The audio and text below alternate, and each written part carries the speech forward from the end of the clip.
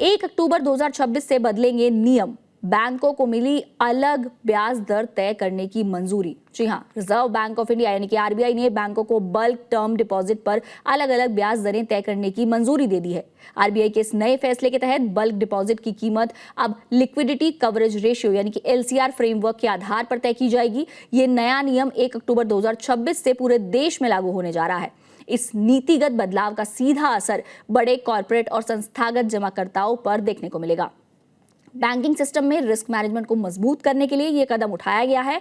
अब तक बैंक केवल जमा राशि के आकार, मैच्योरिटी अवधि और समय के पहले अगर कोई पैसे निकालता था तो उसकी निकासी की शर्तों के आधार पर ब्याज दरें तय करते थे। लेकिन नए नियमों के लागू होने के बाद लिक्विडिटी रिस्क भी डिपॉजिट प्राइसिंग का अहम हिस्सा माना जाएगा। इससे बैंकों को अपनी फंडिंग लागत को बेहतर ढंग से नियंत्रित करने में मदद मिलेगी। लेकिन कैसे काम करेगी आखिर ये लिक्विडिटी रिस्क आधारित ब्याज दर की व्यवस्था?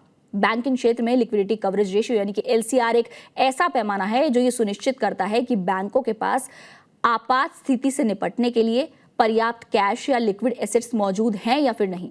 जब कोई बड़ी कंपनी या संस्था बैंक में भारी भरकम राशि जमा करती है तो बैंक के लिए अचानक निकासी का जोखिम भी बढ़ जाता है। रिजर्व बैंक की तरफ से जारी नए दिशा निर्देशों के तहत बैंक अब इस जोखिम का सही आकलन कर सकेंगे। अगर किसी डिपॉजिट से बैंक की लिक्विडिटी पर ज्यादा दबाव पड़ता है तो उसकी ब्याज दर उसी हिसाब से तय की जाएगी। इससे बैंकों की बैलेंस शीट में संतुलन बना रहेगा और इसके साथ ही अचानक फंड की कमी का सामना नहीं करना पड़ेगा। इस नियम का आम लोगों पर क्या असर होगा, चलिए ये भी जान लेते हैं। आम रिटेल निवेशकों या फिर छोटे बचतकर्ताओं के लिए राहत की बात यह है कि इस फैसले का उनकी रेगुलर एफडी पर कोई सीधा असर नहीं पड़ेगा। रिटेल डिपॉजिटर्स के लिए बैंक पहले की ही तरह ब्याज दरें ऑफर करते रहेंगे। हालांकि इनडायरेक्टली इसका फायदा आम ग्राहकों को मिल सकता है। जब बैंक अपनी फंडिंग लागत को कुशलता से मैनेज करेंगे तो बैंकिंग सिस्टम ज्यादा मजबूत और सुरक्षित बनेगा। बड़े कॉर्पोरेट डिपॉजिट के बेहतर प्रबंधन से बैंकों का एनपीए और लिक्विडिटी प्रेशर कम हो जाएगा, जिससे कि वित्तीय स्थिरता भी बढ़ जाएगी। रिजर्व बैंक की तरफ से 1 अक्टूबर 2026 से लागू होने वाला LCR based bulk deposit rules भारतीय बैंकिंग प्रणाली को ज्यादा सुरक्षित और पारदर्शी बनाएगा। इससे बैंकों को रिस्क बेस्ड प्राइसिंग की आजादी मिलेगी और फंडिंग कॉस्ट नियंत्रित भी होगी।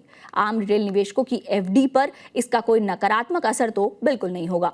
संस्थागत निवेशकों को आने वाले समय में अपने फंड प्रबंधन के लिए आधिकारिक बैंक चैनलों के माध्यम से नई दरों पर नजर रखनी जरूरी होगी। तो ये थे आरबीआई के वो रूल्स जो आने वाले 1 अक्टूबर 2026 से बदलने वाले हैं, जिनका ध्यान आपको जरूर रखना चाहिए।